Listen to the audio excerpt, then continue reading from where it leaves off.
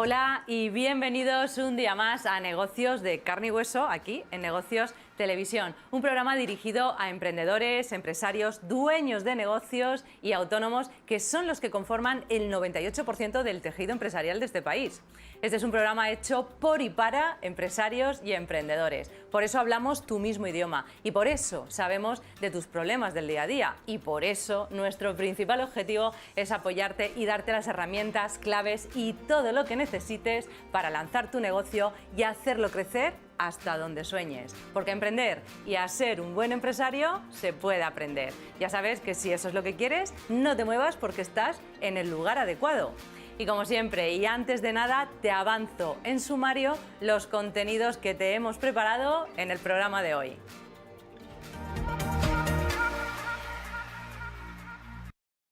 Y empezamos con negocios y emociones, porque como siempre te digo, los negocios tienen alma y corazón. Hoy vamos a descubrir las claves para ser más resilientes y resurgir con fuerza tras una crisis como el ave fénix. Lo haremos con nuestra experta en cerebros, Isabel Sousa, directora del Instituto de Neurocoaching. Y seguimos con emprendimiento social y con Pixineos, una empresa familiar que con sus terapias acuáticas tratan y mejoran las vidas de niños y mayores con discapacidad. Hablaremos con sus fundadores, Juan e Ignacio Vázquez. Y en nuestro espacio ¿Dónde está la pasta?, hoy vamos a conocer los errores que no debes cometer a la hora de buscar financiación. Lo haremos con nuestros expertos Bruno Duró, empresario y autor de Cómo gestionar una pyme y no morir en el intento, y CEO del fondo Innoventure Capital. Y con Miguel Moneo, CEO del Campus 360 y experto en financiación de startups. Y acabaremos con Telementoring, resolviendo todas las dudas que puedas tener en tu empresa, tu negocio o tu startup, sea de lo que sea. No te muevas porque ahora sí, comenzamos ya con negocios y emociones. Porque como siempre digo, los negocios tienen alma y corazón. Y si tus emociones, tu mente y tu cuerpo no están alineados, te aseguro que tu negocio no va a conseguir resultados.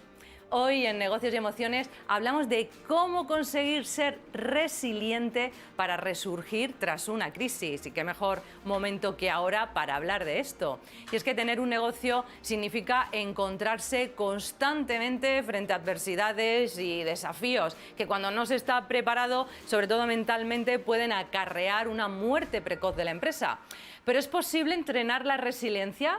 Para contestar esta pregunta y muchas más, tenemos con nosotros a nuestra experta coach, experta en cerebros y directora del Instituto de Neurocoaching y amiga de la casa, Isabel Sousa. Muy buenas. Hola, buenas tardes, Marilo. Pues nuestra experta en cerebros, sabes que me encanta llamarte así. Sí. Bueno, eso es lo que trato, ¿no? El dar claves a las personas para entrenar esta máquina tan potente, pero tan desconocida. Bueno, pues vamos a empezar, si quieres, recordando, Isabel, qué es esto de la resiliencia, porque muchas veces utilizamos términos que ya empiezan a estar en nuestros vocablos habituales, pero hay que recordar qué es, ¿no? Sí, la resiliencia, pues como tú muy bien has dicho, es la capacidad de resurgir frente a una adversidad importante, ¿no? Normalmente cuando hablas de resiliencia te estás refiriendo, bueno, pues a temas bastante fuertes a nivel de cambios o de situaciones nuevas.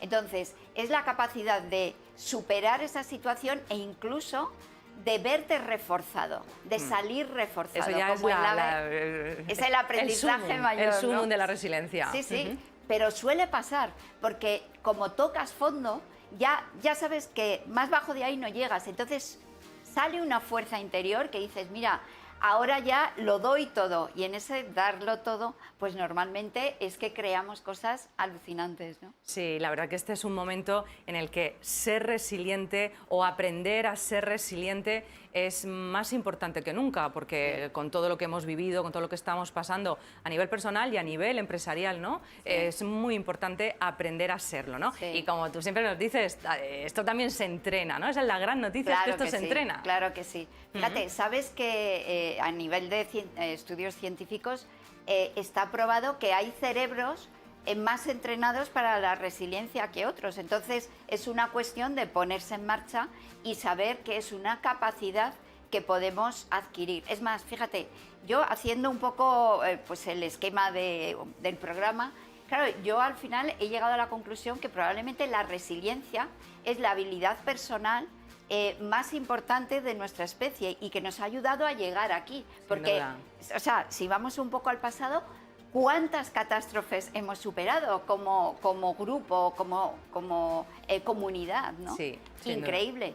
Y siempre, si lo ves, siempre de esas catástrofes vamos a un pasito más hacia adelante, ¿no? A un pasito evolucionamos más a partir de ahí, ¿no? Como especie y, por supuesto, a nivel personal y en nuestras empresas. Porque, ¿cuáles serían esas fases por las que todo emprendedor o dueño de un negocio pasa, ante una crisis, ¿no? ¿Cuáles serían? Pues mira, esto es un poco como dicen las fases del duelo, pero aplicado a temas de empresa. Entonces, primero es el caos. ¿Vale? Sí. El caos total, el miedo, ¿no? Luego viene una fase de incertidumbre grande y a partir de ahí empezamos ya como un poco a remontar, a tranquilizarnos, a calmar la mente y a enfocarla en buscar alternativas. Y ahí viene, bueno, pues cuando nosotros empezamos a ser creativos y a desarrollar nuevas soluciones. Entonces, es normal, las fases, ¿no? Sí, pasamos por una crisis y luego de ahí nos recuperamos. Tenemos esa incertidumbre, ese miedo, ese estrés que nos genera todo ese cambio, claro. Y de ahí es donde empieza a venir la recuperación. Es importante identificar, ¿no?, las fases para que el espectador vea, pues mira, pues yo estoy en la fase de miedo, en la de incertidumbre, en la de recuperación, ¿no? Porque a partir de ahí hay que actuar de una manera o de otra. Sí, sobre todo, a ver, yo creo que también a veces es necesario el permitirte estar en alguna de las partes de estas fases un poco más complicadas, ¿no? Y claro, no desesperarte, saber que siempre hay una luz al final y que nosotros vamos a tener esa capacidad de recuperación. Sin duda. ¿Qué condiciones entonces tenemos que tener, Isabel, para ser resilientes? Vamos a meternos entonces ya en harina. Bueno, fíjate que esto es una de las circunstancias que se han estudiado bastante, porque claro, es importante saber qué cualidades tengo que tener para ser resiliente. Yo creo que una de las principales es tener capacidad de adaptación. Y en eso el ser humano se muestra único. Bien es cierto que a veces como que nos cuesta esto de integrarnos en el cambio, sentimos esta resistencia natural de nuestro cerebro a todo lo que es nuevo. ¿No? Pero eso sí sabemos que es simplemente un programa automático de nuestro cerebro y tenemos la certidumbre de decir, bueno, es que el cerebro a veces me miente, ya sabes que es un poco miedosillo, ¿no? Y entonces, bueno, pues saber el superar ese primer obstáculo y decir, bueno, es que yo tengo capacidad de adaptación. De hecho, seguramente yo puedo buscar en mi historia privada ejemplos de momentos en los que yo he superado determinadas cosas que pensaba que no. Entonces, bueno, pues esto es importante. Sí. Lo segundo es entrenar al cerebro para ser resiliente. Es decir, fíjate que hay una parte del cerebro, que es el córtex prefrontal, la parte más racional, que cuanto más la entrenamos, cuanto más fuerte es, sobre todo la parte izquierda, mayor capacidad tenemos para parar las conductas impulsivas, para crear y desarrollar más pensamientos positivos y para equilibrar, inhibir las reacciones que no son positivas frente a acontecimientos externos. Entonces, bueno, entrenar ese cerebro, ya sabemos, en meditación, en saber estar en el malestar sin perder la calma, en ese diálogo interno que me apoye, todo eso me va a favorecer, lógicamente. Vamos a entrar ahora en conocer específicamente con lápiz y papel. Sabes que siempre nos gusta dar, pues venga, esas claves para que se las lleven y puedan empezar a aplicarlas en su día a día. Pero ¿qué diferencia, Isabel, a una persona resiliente de una persona que no lo es? Pues para mí la principal diferencia es que uno es una víctima y otro es protagonista de su vida y lo sabe. O incluso podríamos decir más que protagonista, director, que es el que dirige a los protagonistas, ¿no? Entonces, fíjate que para empezar a desarrollar el tema de la resiliencia, lo primero que nos tenemos que dar cuenta y el primer paso a hacer es eliminar la queja de nuestra vida. Porque si ya la situación es complicada, que yo me queje no me va a ayudar en nada. Es lo peor, pero es que no te ayudas a ti, no ayudas a los que tienes a tu alrededor, porque estar con una persona que está permanentemente quejándose y en la queja es que genera, en los equipos, en todo, genera pues esa tensión constante de que qué mal está todo, y no es así, ¿no? Además es que si tú a base de quejarte estás reforzando ese mecanismo, ese programa, y lo único que le estás mandando señales a tu cerebro de que eres una víctima. Y si tú envías constantemente este mensaje, tu cerebro va a actuar como víctima y solo va a ver las dificultades, solo va a centrarse en lo que no se puede hacer. Con lo cual, pues bueno, cuando identifiquemos a una persona que está permanentemente en la queja, es nada resiliente o muy poco resiliente, y es ahí donde tiene que empezar a actuar. Con lo cual, pues bueno, es una clave estupenda para empezar a trabajar. Vamos a ver entonces cómo se entrena esa resiliencia, esos pasos que tienen que dar nuestros espectadores, Isabel. Bueno, pues algo que yo creo que cambia un poco las circunstancias es lo que llamamos reencuadrar. ¿Vale? Reencuadrar la situación. ¿Qué significa? Significa, bueno, poner otro marco a lo que está pasando y visualizarlo y verlo desde una perspectiva o desde un ángulo distinto. Por ejemplo, si yo en vez de pensar o repetirme, esto es un desastre, mira lo que ha pasado, lo que no puedo hacer, yo me pregunto, ¿cuál es la oportunidad que todavía no estoy viendo? ¿Vale? Entonces, parece que no, pero las preguntas que nos hacemos son fundamentales porque dirigen el cerebro, date cuenta que es obediente, entonces va constantemente a darte respuesta a la pregunta que tú hagas. Si yo me pregunto, ¿por qué esto me ha pasado a mí? El cerebro me va a decir, mira, te ha pasado porque tal, porque cual, porque y tal. Ya te busca todas las justificaciones y ya te quedas ahí. Es que de ahí no sacas nada. Claro. Pero si yo le pregunto, bueno, ¿cuál es la oportunidad que aún no estoy viendo? El cerebro empieza, venga, oportunidad, ¿dónde está? Me enfoco en otras partes de la realidad. Y eso lo estamos viendo en todas las oportunidades empresariales que están surgiendo de esta crisis. Y en cómo nos estamos reinventando todos los empresarios, todos los negocios, pues porque, bueno, si sales de la queja y eres capaz de abrir ese encuadre que dice Isabel, de repente las oportunidades aparecen, porque la vida está llena de oportunidades maravillosas. Claro que sí, y muchas empresas se pueden ver reforzadas, porque fíjate que otro aspecto muy importante es entrenar esa capacidad de reinvención. Claro. O sea, hemos visto muchísimas empresas que no la han tenido esa capacidad y han muerto. Por ejemplo, Kodak. Claro. Bueno, pues no supo ver, o lo vio, pero creyó que la cámara digital no era nada interesante. Bueno, pues ahí él puso todos los palos para estar fuera del mercado, ¿no? Hay un entrenamiento que te he oído alguna vez y que me gusta mucho, que es el de practicar la renuncia alegre. Cuéntame esto, cuéntanos. Pues sí, mira, ¿en qué consiste también? Pues consiste en que no necesitamos, para que nuestro negocio vaya adelante o para que nosotros nos encontremos bien, muchas veces no necesitamos tantas cosas y tantos requisitos como nos planteamos. Es decir, que nosotros podemos muchas veces, con lo que nos ha quedado de la empresa, con la situación, podemos renunciar, por ejemplo, alegremente a vivir la misma situación que antes y empezar de nuevo. Pero es una actitud mental que te descarga la mochila. Claro. Es decir, son esas actitudes que te ayudan a ir ligero, a avanzar, a no quedarte estancado en el pasado. Entonces, renunciar alegremente pues yo en el pasado hacíamos, o esto antes vendíamos, o no, ya estamos en un momento, renuncia a eso. De manera alegre, empieza de nuevo, sí, con actitud, quiere decir. Y encontrar el sentido de la vida, esa me encanta. Bueno, esa es fundamental porque esa es la estrella polar, ¿no?, que te va guiando por el camino, a pesar de que a veces la noche pueda ser muy oscura. Si tú tienes un para qué potente, como decía Nietzsche, ¿no?, cuando tú tienes un para qué, te vale o puedes superar casi cualquier cómo, ¿no? Y eso es lo que te da el propósito, el tener claro para qué estás haciendo lo que estás haciendo y cuál es el objetivo de tu negocio, ¿no?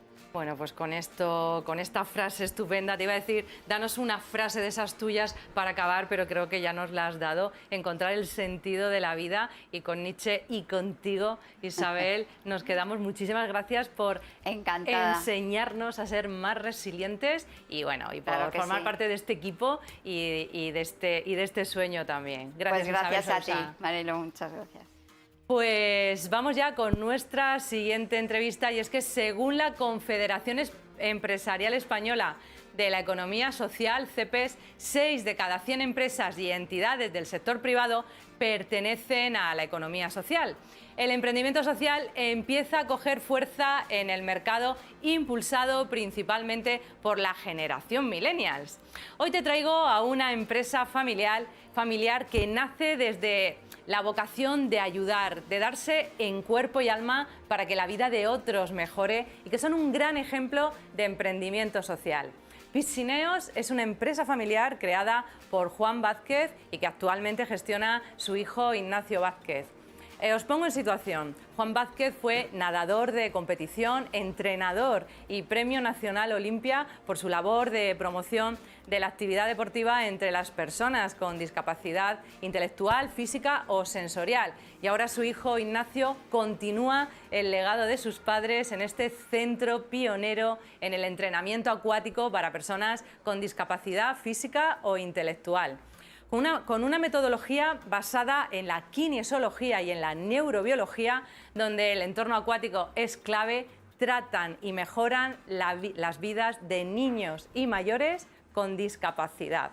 Muy buenas, Juan. Bienvenido. Me he quedado absolutamente maravillado de la presentación que has hecho. ¿Ha sido? Pues es lo que sois vosotros. Sí. Hola, Ignacio. ¿Qué tal, Marilo? Hemos hablado muchas veces de vuestra presentación. Ignacio ya se la tiene que saber a la perfección.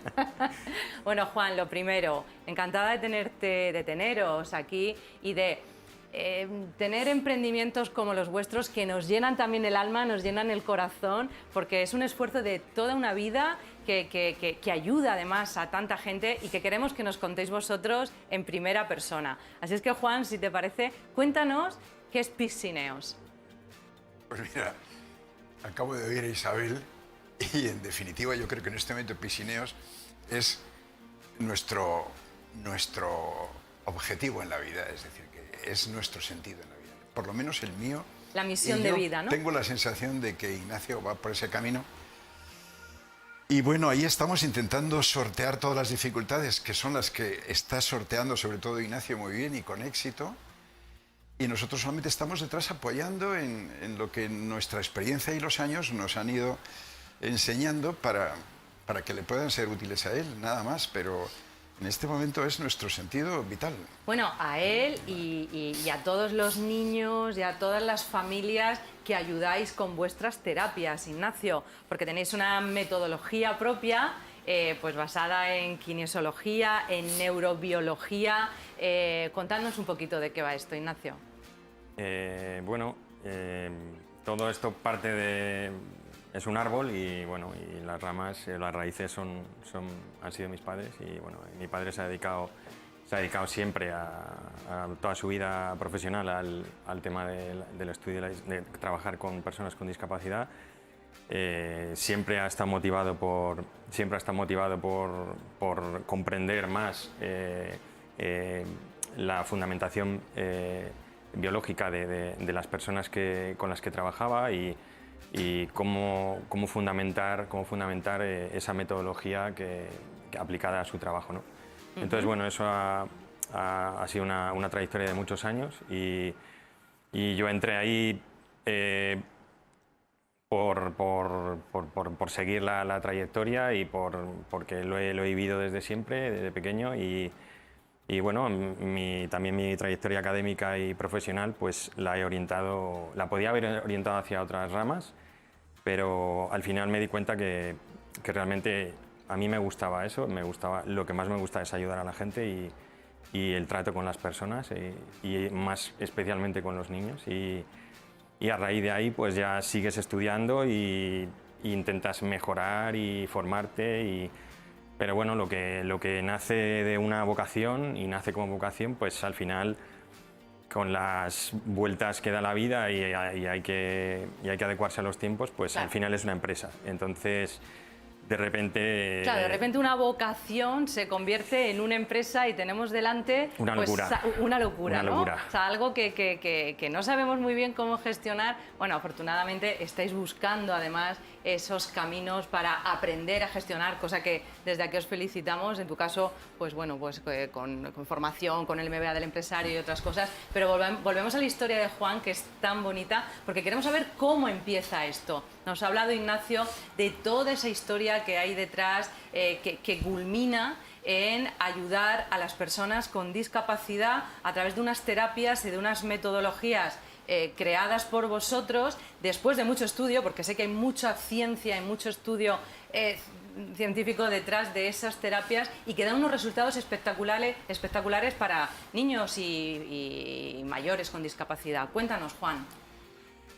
Pues yo creo que me tendría que remontar a la época de entrenador profesional, trabajando con gente menuda, por ejemplo, hasta 12 años, viendo cómo, aprovechando cómo está evolucionando su corazón y sus órganos básicos, yo puedo convertir a esos sujetos en algo especial, de tal manera que pueden ser seleccionados para ir a lo que sería un campeonato europeo y teníamos que ir a Ginebra todos los años y decía, Dios mío, yo estoy viendo cómo transformo ese corazón de estos chicos en un volumen grande y que después, cuando sean adolescentes, van a construir sobre eso lo que quieran y estoy viendo cómo se transforman cuerpos más o menos con exceso de peso en cuerpos apolíneos. Yo digo, Dios mío, cuando me encuentro con personas que tienen daño en el sistema nervioso central, también en el mismo club, y empiezo a trabajar con ellos, pienso, Dios mío, igual que he cambiado determinados circuitos y determinadas rutinas y determinados patrones con estos niños sanos neurológicamente hablando, pues yo creo que puedo llegar a cooperar muy bien con los otros profesionales que estén trabajando con estos muchachos. Bueno. Y la historia empezó por ahí, por la década de los 70. Y entonces me cae en mis manos un libro de un famoso neurólogo, Luria, a comienzos de los 70, y cuando me tengo que enfrentar a cada discapacitado, pues veo que Luria me da muchas respuestas. Entonces me devoro el libro de Luria y a partir de ahí me he convertido en un enfermo neurótico de la neurociencia y sin dejar de perder la perspectiva humana. Y entonces me di cuenta que a lo mejor estaba machacando a esos niños en lugar de que tuvieran más tiempo para jugar. Y entonces empiezo a pensar, esto a lo mejor no es demasiado pedagógico, creo que las mejores marcas y las mejores medallas son sacar adelante personas que no pueden andar o que tienen otra dificultad. Y yo creo que empezó a derivar mi trayectoria por ahí, en esa época. ¿En qué momento detectas que el medio acuático favorece enfermedades o trastornos de discapacidad de algún tipo? Pues hombre, partiendo de una intuición al principio, pues yo era consciente que la piel capta mucha información, que tiene muchos sensores, tienen sus nombres, cada uno tiene su especialidad, y que eso aportaba mucha información al cerebro.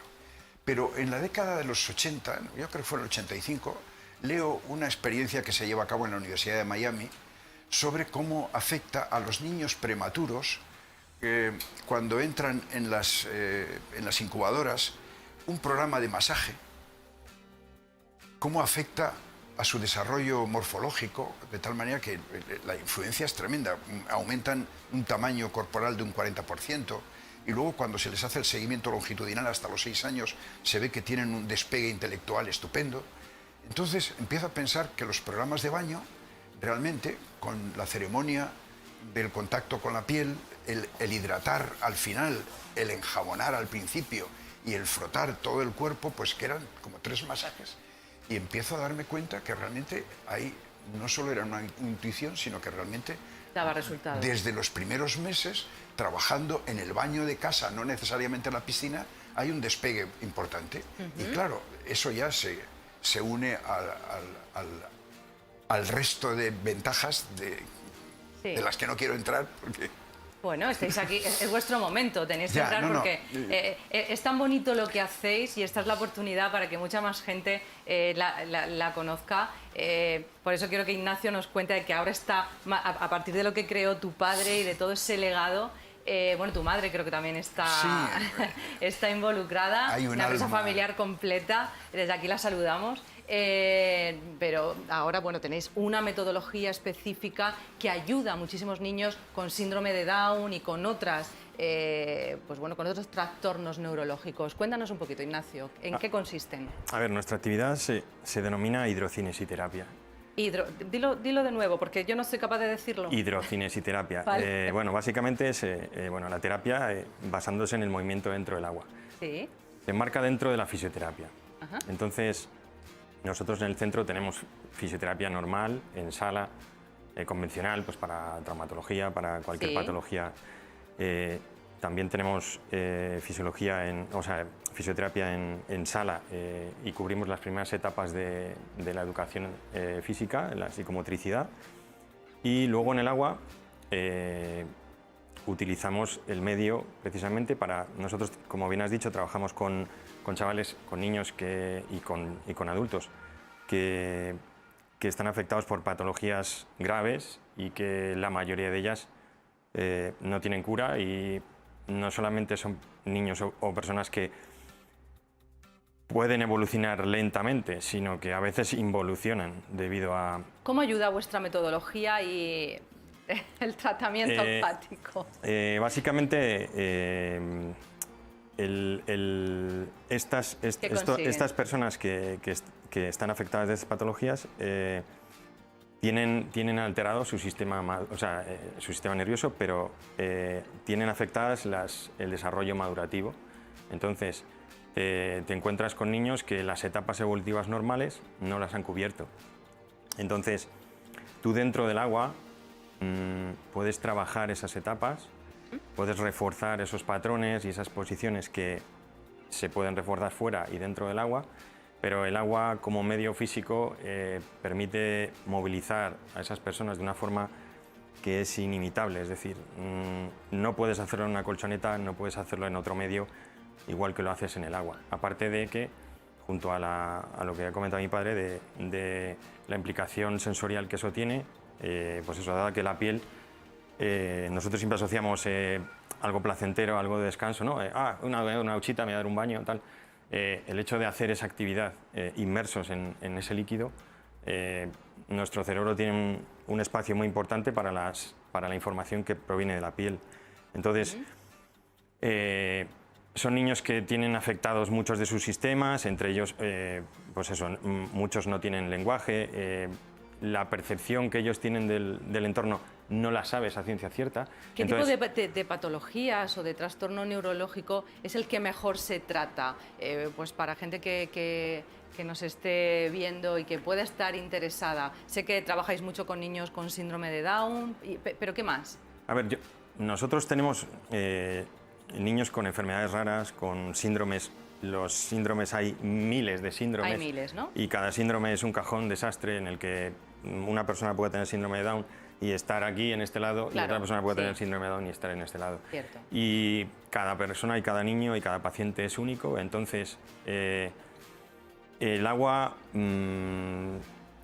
provoca un efecto adverso y nos vienen niños con experiencias negativas de otros sitios y tal. Entonces, nosotros, a lo largo de nuestra vida profesional, pues nos hemos ido especializando en los chavales más delicados, en los niños que realmente en otros sitios no les saben tratar, no llegan a ellos, no empatizan, no saben comunicarse. Hay niños que realmente tienen muchas dificultades de comunicación, pues el contacto físico, el cómo les hablas, el tono, cómo les movilizas, cómo...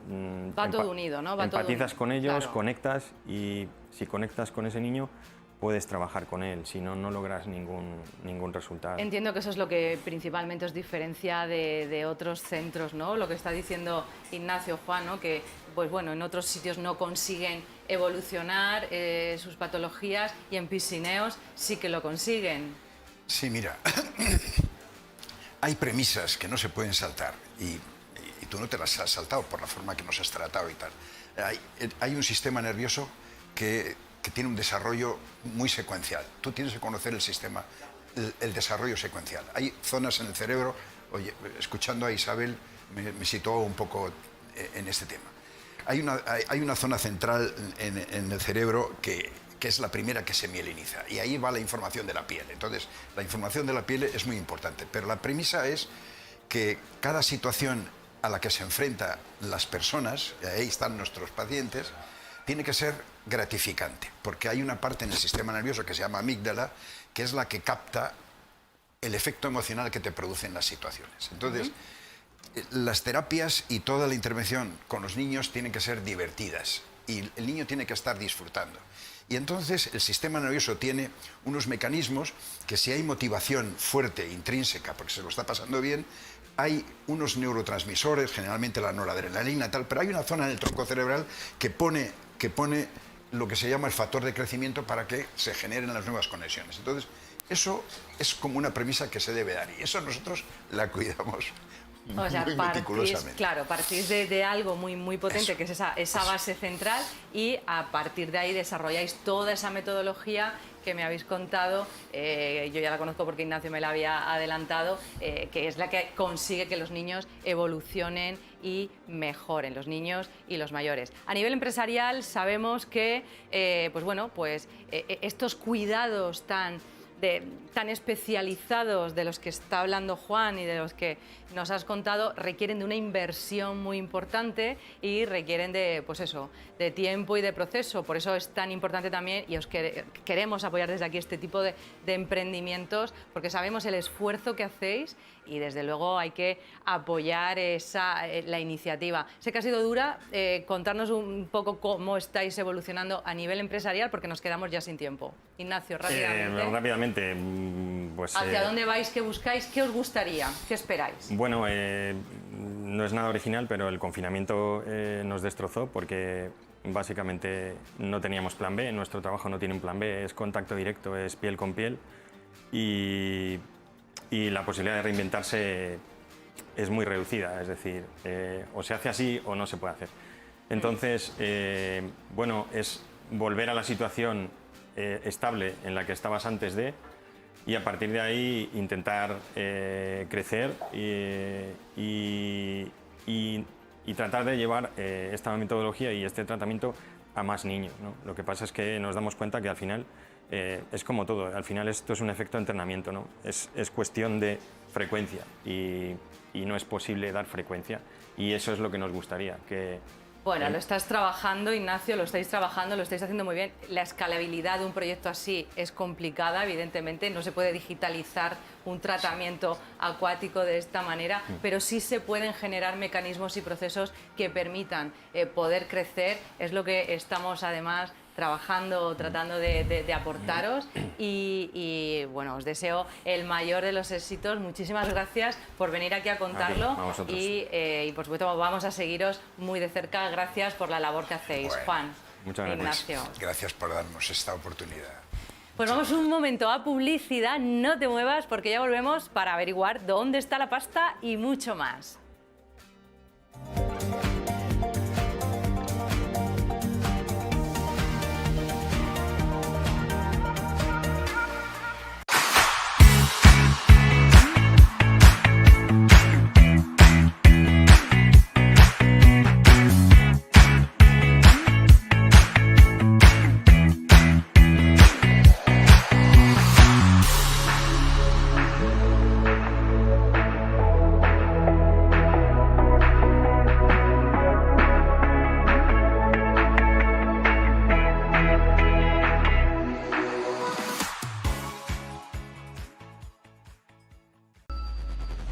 Localizarnos ahora es más fácil.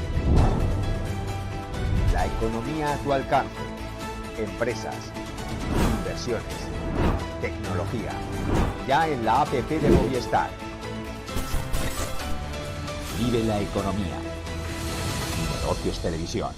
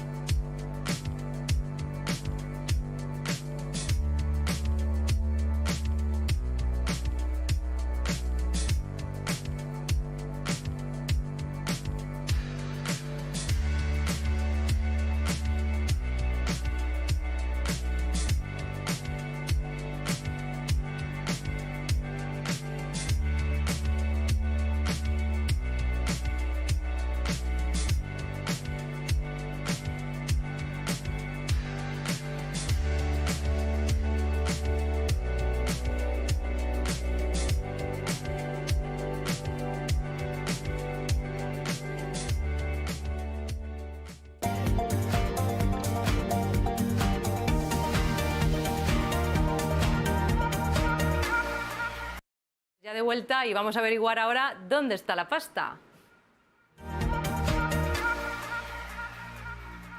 Porque como cada semana nos toca ya dedicar unos minutos a hablar de financiación, a averiguar dónde está la ansiada pasta para nuestros negocios, empresas y startups. Recuerda mi lema, siempre hay dinero para un buen proyecto y un buen emprendedor, y que no te digan lo contrario. Hoy vamos a encontrarla con el empresario Bruno Duró, CEO del fondo Innoventure Capital, presidente del Círculo de Economía de la región de Murcia y autor del libro Cómo gestionar una pyme y no morir en el intento. Y también con Miguel Moneo, CEO del Campus 360 y experto en financiación de startups. Con ellos vamos a hablar de los errores que no debes cometer a la hora de buscar financiación para tu empresa. Muy buenas tardes, Bruno. ¿Qué tal, Mariló? Encantado. Pues encantada de tenerte aquí, Miguel. Buenas tardes. Buenas tardes, Ya eres Mariló. de la casa, pero bueno, estás como siempre en tu sitio. Bueno, vamos a empezar hablando con Bruno y recordando que es, o sabiendo que es Innoventure Capital, que es tu fondo, ¿no? Tu fondo de inversión con el que invertís en startups. Vamos a conocerlo un poquito más. Después de muchos años de gestionar pymes, hace como 6 o 7 años, Sí. empezamos con el mundo de las startups, y invirtiendo primero. Y hace poquito tiempo pues, hemos montado un vehículo de inversión con Sí. empresarios y profesionales de Murcia en gran parte, pero también de Madrid, Alicante, de Almería. Y bueno, lo que hacemos es invertir en startups en fases muy iniciales, Qué porque hace bien. falta. hace falta. Nos encanta, por eso además te quería traer por muchas más cosas, pero tener fondos o tener posibilidades de gente que crea y que invierta en proyectos en fase muy semilla es fundamental. Desde aquí lo decimos siempre. O sea, en España tenemos como una especie de vacío de proyectos, ¿verdad, Miguel? Presemilla hasta... Es más fácil encontrar en España 5 millones que 50.000 euros. Correcto. Entonces, ojo, hay que empezar a cubrir esa fase. Así es que Innoventure Capital la cubre. Empezasteis a invertir en empresas murcianas, buscando ahí Sí, el pero invertimos ya potencial, en pero ya toda invertís en toda España. Cuéntanos qué tipo de inversiones, de sectores os gustan y qué tipo de emprendedores pueden ir a Innoventure Capital. Bueno, a mí me gusta decir que somos agnósticos, ¿no? Es decir, que no formamos parte de ninguna tribu en el sentido de especialistas. Yo digo, a mí me gusta decir que yo suelo invertir, me gusta invertir en cosas que entiendo, ¿no? Para empezar, ¿no? Que es la primera. Entonces, a partir de ahí, unas cosas que he ido aprendiendo con los años es que cuando la gente me pregunta qué es lo más importante de una startup o para el éxito de una startup, la ejecución. Es decir, un buen equipo. Sin duda. Y hace falta una buena idea, que tenga un claro valor diferencial, pero el éxito o el fracaso al final depende mucho más del equipo y de cómo ejecuta el proyecto. Sin duda, ¿verdad, Miguel? Lo decimos siempre en negocios de carne y hueso. Ideas, nos llegan muchas a los inversores, pero realmente lo que nos enamora y lo que nos decide a invertir es el equipo y la ejecución que hay detrás y dónde vamos a poner nuestro dinero, en las manos de quién, ¿no? Sin lugar a dudas, ¿no? Es el emprendedor y con quién se rodea el emprendedor. Claro. ¿no? También. Porque emprendedores solos es mucho más complicado y más difícil. Pero lo ha dicho muy bien Bruno, es el equipo que hay detrás el que va a hacer que esto sea un éxito. Estáis en muchas participadas ahora, estáis buscando más participadas. Sí. Cuéntanos. Bueno, yo he invertido ya como en 12 o así a lo largo de los años, pero ahora este vehículo lo hemos arrancado en enero. Vale. Ya hemos invertido en 2 de 5 que hemos presentado, por lo tanto el índice es bueno. Y nuestra Sí. idea es invertir entre 8 y 10 al año. ¿Con qué que es un tickets buen número. medios? Bueno, como invertimos en fases iniciales, Sí. estamos en alrededor de 100.000 euros de ticket medio, De ticket medio. en la que son varios de los inversores los que entran. En algún caso podemos ir un poco más allá o algo por debajo, depende de la fase de la startup. Pero como nos gusta invertir en fases iniciales porque queremos aportar algo más que dinero, normalmente la necesidad que hay en esa fase no es de mucho más dinero, tú lo has explicado muy bien. A medida que va creciendo es más fácil ir encontrando dinero. Sin duda. Pero ahí hay un momento donde no hay nadie que ponga ese dinero Exacto. inicial, ¿no? ¿Y algún sector específico que os guste más que otro? Pues te voy a decir la verdad. Pero nos gusta invertir en cosas que entiendo. Sí. Y esto es tan importante para los emprendedores que no son capaces muchas veces de hacerse entender con un teaser pequeño, con un one page. Tienen que entenderos. Y es que la gente no trabaja el deck, no trabaja el discurso, no se esfuerza en ese punto. Y si no se entienden, van a pasar al siguiente. Es que lo ha dicho Bruno. desde Yo el siempre les principio. digo, tenéis que contarlo para que lo entienda vuestra abuela. Claro. Porque Sí, si claro. no, al final, porque el inversor, como lo has dicho muy bien, vemos muchos proyectos seguidos Y a veces nos miramos diciendo, ¿te has enterado de algo? No, pues al siguiente. Así es, así es. Fijaros que os acaban de dar una super clave. Si contáis el proyecto y el inversor dice, ¿tú te has enterado de algo? Y te dicen que no. Mal asunto. Mal Ya asunto. estás fuera. Y lo decimos muchísimo, trabajar para que se os entienda. O sea, y eso hay que ensayarlo, entrenarlo, como nos decía Isabel, todo se entrena. Y el discurso se entrena para que sea muy corto y que se entienda. Si es que aquí se llevan otra super Y clave. algo muy importante, explicarle al inversor cómo va a ganar dinero. Porque muchas veces claro. se centran en el producto, la maravilla de su producto, y yo digo, yo no te invierto en un producto, yo invierto en un negocio. Claro. Y esa parte están tan enamorados de su producto que se te cuentan en 5 minutos, 4 y medio, te están explicando el producto, pero a mí eso me da un poco igual. El porque producto quiero me da ganar igual. dinero. Quiero que me digas cómo voy a ganar Es dinero. que esa es la realidad, ¿no? O sea, tú cuando vas a comprar un coche, nadie te dice las válvulas, los cilindros, las revoluciones. Eso es algo añadido. Luego, tú lo que quieres es saber qué es lo que hace el coche por ti. Y el inversor quiere saber cómo voy a ganar el dinero, más o menos cuánto puedo ganar, cómo voy a salir. Eso es lo que me interesa. Claro. Y luego ya me lo cuentas con detalle Eso es. si lo primero me ha encajado. Pero si no me encaja lo primero, ni me lo cuentes. Sin duda, sin duda. Bueno, ya tenemos un montón de claves y vamos a decir los errores que no deben cometer, pero ya estamos contando también lo que se tiene que hacer, que al final nos puede la emoción. Pero es que tienes un libro que me encanta, que es Cómo gestionar una pyme y no morir en el intento. Tú ya llevas 30 años, pues como... Suena mucho, suena un poco como mayor, trayectoria. pero sí. Bueno, yo llevo 20 y tantos, 25 casi, o sea que ya tenemos, pues eso... Un pozo, ¿no? Ya tenemos pozo, pero eso es lo chulo, que, Claro. que desde la experiencia podamos aportar y podamos ayudar en los caminos de otros que están empezando. Es que es tan bonito que nos emocionamos aquí cada día diciéndolo, ¿no? Pero bueno, habrás visto muchísimos errores y aquí vamos a tratar de identificar los principales errores que hemos visto en estos años para que no los cometan. ¿Cuáles serían para ti, Bruno? A ver, yo el libro lo he centrado en un tipo de, ya no tanto en las startups, sino más en la pyme, que quiere crecer. Vale. La pyme que quiere dejar de ser una muy pequeña empresa y quiere crecer. Y entonces, ahí es donde ese salto es muy difícil. Y ahí es donde hay una serie de cambios que empiezan por el empresario, de darse cuenta de que el modelo que ha funcionado cuando él tenía un pequeño negocio, pasar de ser negocio a empresa, tiene que cambiar su mentalidad, sobre todo, ¿no? Y apoyarse en equipos profesionales, en organización, en delegar.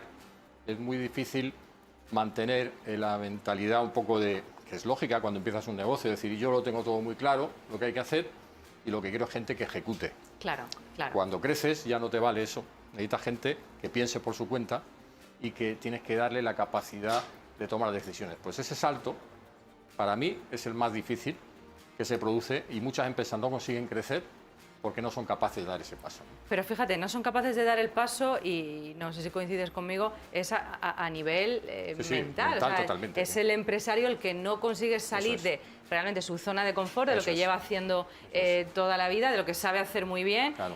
Bueno, primero es el paso, como bien has dicho, de dejar de ser autoempleado, de dejar de ser profesional y decir, no, ahora quiero ser empresario, dar ese salto, pero se estancan porque no son capaces mentalmente de verlo. Y en tu libro lo cuentas, ¿no? Sí, sí. Bueno, por ejemplo, hay un caso que yo le repito mucho a los empresarios.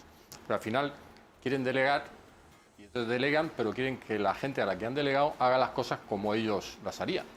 Sí. Entonces, lo que van buscando No suena. es, efectivamente, son al final gente que reproduzca exactamente su misma forma de actuar. Sí. Y eso no funciona así. Entonces, claro, al final tú necesitas gente que se pueda equivocar o que pueda hacer las cosas a su manera para llegar al mismo sitio, pero tienes que dejarles actuar y a veces equivocarse. Y eso es muy difícil de conseguir. Eso que ha dicho Bruno es una estás frase de riendo Steve por Jobs. algo, tú te No, estás sí, sí, riendo por sí. algo. Pero es una frase de Steve Jobs. Nosotros no contratamos a los mejores para Eso es. decirles lo que tienen que hacer. Correcto. Contratamos a los mejores para que nos digan lo que tenemos que hacer Efectivamente. nosotros. Y eso es muy difícil de meter en la cabeza. Es La muy pyme es muy difícil, difícil, sí, es cuesta muy mucho. difícil. Y desde luego, Miguel, también lo vemos con asiduidad, ¿no? Es más, o sea, los errores se acaban siempre repitiendo, ¿no?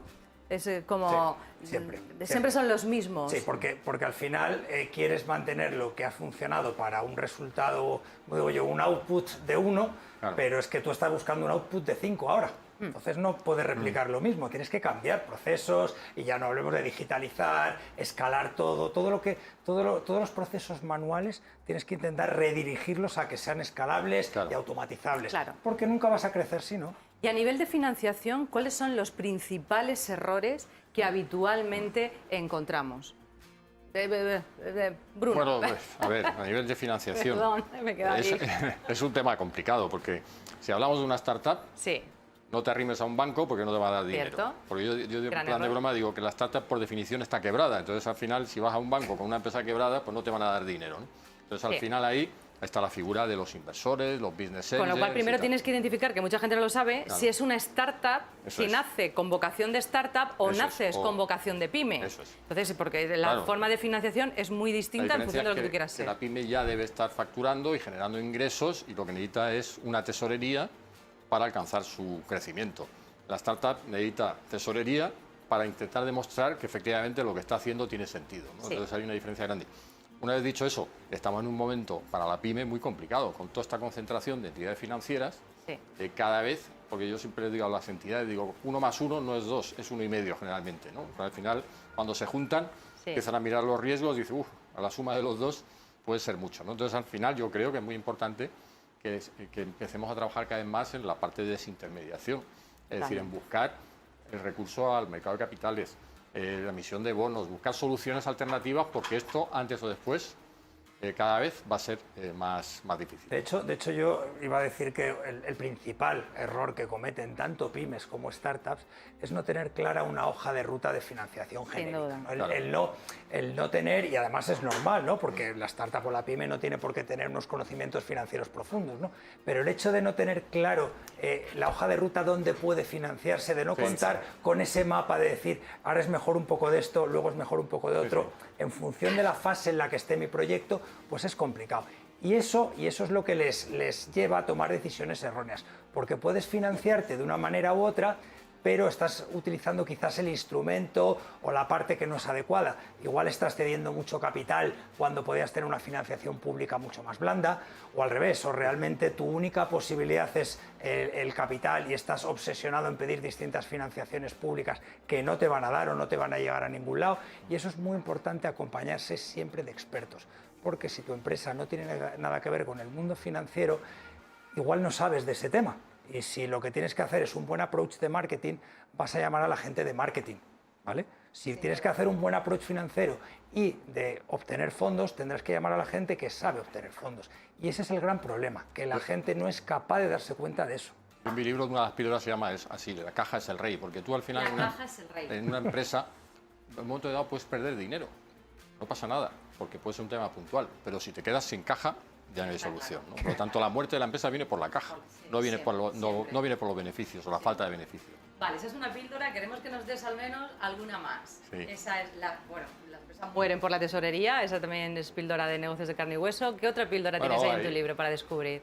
Me gustan muchas porque las he escrito yo, pero bueno, hay una, por ejemplo, que en general, porque claro, yo al final lo que he intentado es buscar píldoras de casos que se han ido, lo decía antes Miguel, que se van reproduciendo pautas Sí. en empresas distintas, en sectores diferentes, ¿no? Entonces hay una, por ejemplo, que yo he hablado un poco antes de eso, del el compositor y el director de orquesta. Sí. Y explico que el empresario es el compositor, es el que ha creado la partitura, pero se cree que porque ser el compositor es quien mejor va a dirigir la orquesta.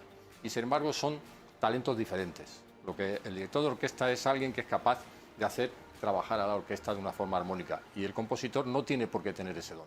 ¿Qué pasa? Claro. Que es muy difícil cuando tú has compuesto una pieza decir quién mejor que yo para dirigir la orquesta. Y es donde está el error. Y en la empresa pasa eso. Muchas veces un buen gerente lo va a hacer mucho mejor que tú, aunque tú hayas sido capaz de crear la empresa, pero no eres la persona idónea para gestionarla, ¿no? Eso es, por ejemplo, una, ¿no? Pues una píldora estupenda. Nos vamos a quedar aquí porque tenemos un Yo iba a montón decir de... seguir con unas cuantas, pero lo dejamos aquí. Tenemos un montón de píldoras Compren el más, libro, están que aquí compren en el libro. cómo Compren el libro, gestionar claro, una que compren el pyme libro. y no morir en el De intento hecho, con lo he el, traído para regalártelo, o sea que... con el prólogo Encantado, de gracias, Bruno. Manuel Campo Campo Vidal, Vidal, sí, o me sea encanta, sí, que fantástico. fenomenal. Pero quedaros conmigo porque nos vamos a ir ya al telementoring.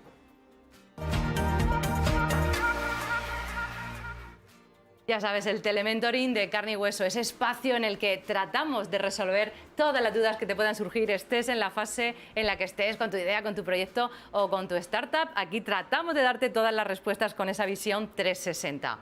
Te recuerdo que puedes dejarnos tus consultas enviando un correo a negociosdecarneyhueso@negocios.es o un audio de voz al 695 770 6589. Vamos a responder las consultas de nuestros espectadores con Bruno y con Miguel, que ya les tenemos aquí, y con Carla, que está recogiendo, ya ha recogido las consultas que han llegado durante estos días. ¿Verdad, Carla? Tenemos una primera consulta.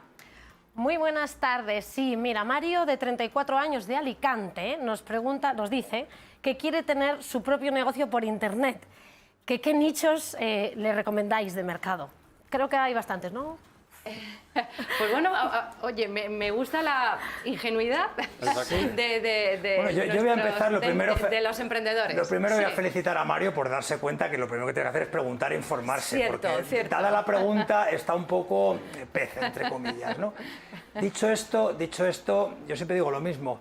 Para montar un negocio tiene que ser algo de lo que te guste, de lo que entiendas, de lo que seas un apasionado, claro. De lo que antes hemos tenido a piscineos, se nota que son apasionados, les encanta, lo viven. Está claro que para montar un negocio tienes que saber y entender y disfrutarlo. Entonces busca en lo que eres experto, en lo que se te da bien y de ahí puedes sacar ideas. Claro. Eso número uno. Y número dos, intenta que esas ideas vayan un poco alineados, como dijo un invitado nuestro hace poco, con los objetivos de desarrollo económico que hay en estas 17 planteamientos de desarrollo económico que hay, sostenibilidad, igualdad. Esta confluencia de negocios es subirse a una tendencia que hay. Si algo que te gusta pega con eso, tienes tu negocio. Sí, más que nichos en general, es tratar de identificar, como bien dice Miguel, esas oportunidades y saber en lo que eres bueno y en lo que puedes destacar. Tenemos otra consulta, ¿verdad, Carla? Sí, mira, Diego nos escribe desde Toledo y nos da la enhorabuena por el programa. Dice que llevo 6 meses como emprendedor y solo gano lo suficiente como para mantener la empresa a flote. Es una situación agobiante y fastidiosa. ¿Se siente de esta forma la mayoría de la gente que crea pequeñas empresas? Pues me temo que sí, ¿verdad, Sí, Bruno? sí, la verdad ¿Qué le que decimos? Sí, al final, de todas formas, uno tiene que saber el tipo de empresa en la que está. Es decir, hay empresas que son para un autónomo, para ganarse la vida. Exacto. Y tampoco tienes que aspirar a mucho más. Y con eso es suficiente. Oye, tener tu propio puesto de trabajo y no depender de terceros ya es un éxito. Cierto. A partir de ahí, cada caso es diferente, ¿no? Pero es verdad que es la dificultad. Si no, todo el mundo sería empresario, ¿no? Sí, todo el mundo se metería, pero yo creo que Claro. también es importante identificar qué es lo que tú quieres ser. Claro. Oye, pues si al final lo que quieres ser es un profesional independiente, un Claro. autoempleado, vivir para ti, Eso es. pues ya sabes que ahí tienes un techo de ingresos, Eso es. tienes, pues bueno, pues... Pero tienes otras compensaciones. Pero tienes otras compensaciones. Si realmente es muy respetable, si eso es lo que Claro. quieres ser. Si quieres tener una empresa, sabes que hay que dar otra serie de pasos y la transición no es fácil, pero se aprende, pero tienes que saber qué es lo que tú quieres. Efectivamente. Bueno, Carla, tenemos otra consulta, ¿verdad? Sí, María de Madrid nos pregunta qué son las empresas unicornio. A ver si la podemos ayudar. Bueno, qué buena pregunta, ¿verdad? Me encantaría tener una empresa unicornio. Esa se la sabe muy bien, Miguel. Sí, todos nos la sabemos, ¿no? Son aquellas empresas que cotizan o valoran al menos 1.000 millones de dólares o euros, Dólares, ya no sí, lo sé, en supongo teoría. que son dólares, pero bueno, vamos a decir euros, que es más, ¿no? Es una empresa unicornio, no sé si María es lo que está aspirando en el futuro, hay que pensar bien alto, ¿no?, para poder alcanzar las metas. Bueno, todos los inversores al final pues tratamos de identificar cuando invertimos cuál puede ser el próximo unicornio, ¿no? Porque ahí pues evidentemente es lo que queremos. Bueno, en España hay pocos unicornios, Muy se está pocos. empezando Un par de ellos. a ver más. Por eso se llaman unicornios, ¿no? Pues, exacto. Que son difíciles de encontrar, ¿no? Son difíciles Habrá más seguramente Habrá con el más. paso del tiempo y además la profesionalización del ecosistema emprendedor español, que cada vez lo está haciendo mejor, sin lugar a dudas. No sé lo que opinas tú, Bruno. Sí, totalmente. Pero vamos hacia adelante y habrá muchos más unicornios, estoy seguro. Hay proyectos muy potentes. Tenemos tiempo para una consulta más, Carla.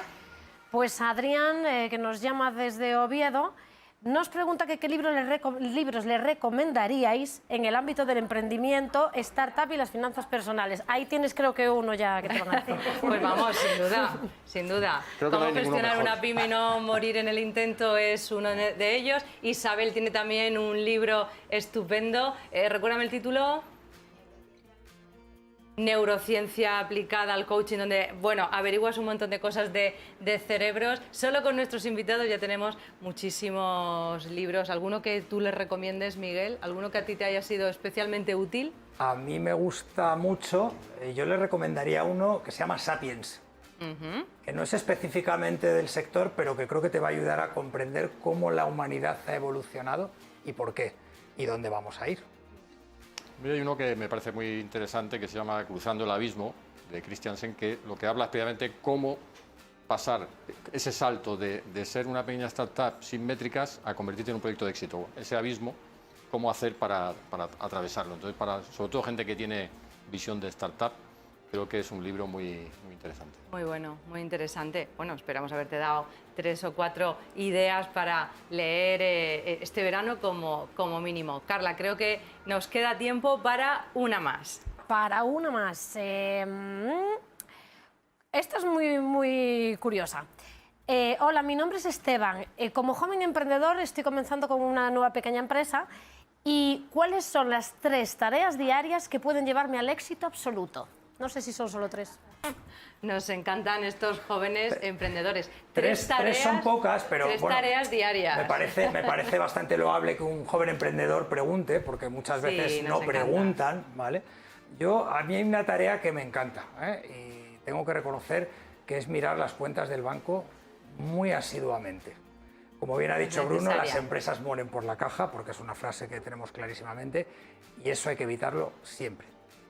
Esa es una. ¿Cuál le darías tú? Para mí hay una fundamental que es estar en la calle y hablar con los clientes o potenciales clientes. Demasiadas veces el emprendedor se centra en su producto y se olvida de que hay un cliente ahí, que lo importante es que ese cliente se lo compre, ¿no? Falta contacto con el cliente. Por lo tanto, que pase todos los días un rato hablando con clientes o potenciales clientes. Sí, pero esos clientes intentar que no sean amigos y familiares, claro, que nos van a decir que todo está estupendo, y sobre todo como la prueba del algodón. Es decir, mi producto te encanta, pero ¿estás dispuesto a pagar por él? ¿Y cuánto? Yo utilizo mucho las matrices de feedback, que son muy útiles y que se rematan con eso, ¿no?